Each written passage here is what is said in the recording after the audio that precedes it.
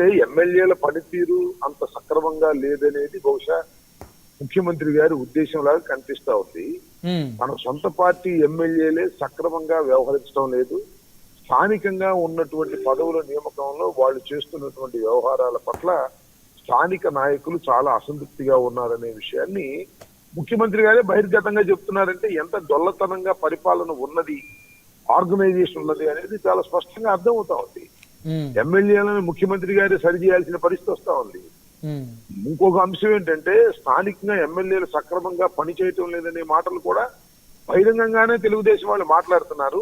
ఎక్కడ ఉన్నాయి? అందరూ బాగానే ఉన్నట్టున్నారు కదా రాంబాబు గారు. జనసేన వాళ్ళే మాట్లాడుతున్నారు కదా. ఎవరి మీద?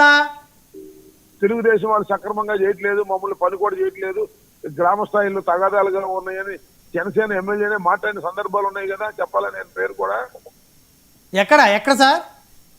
ఎక్కడ మన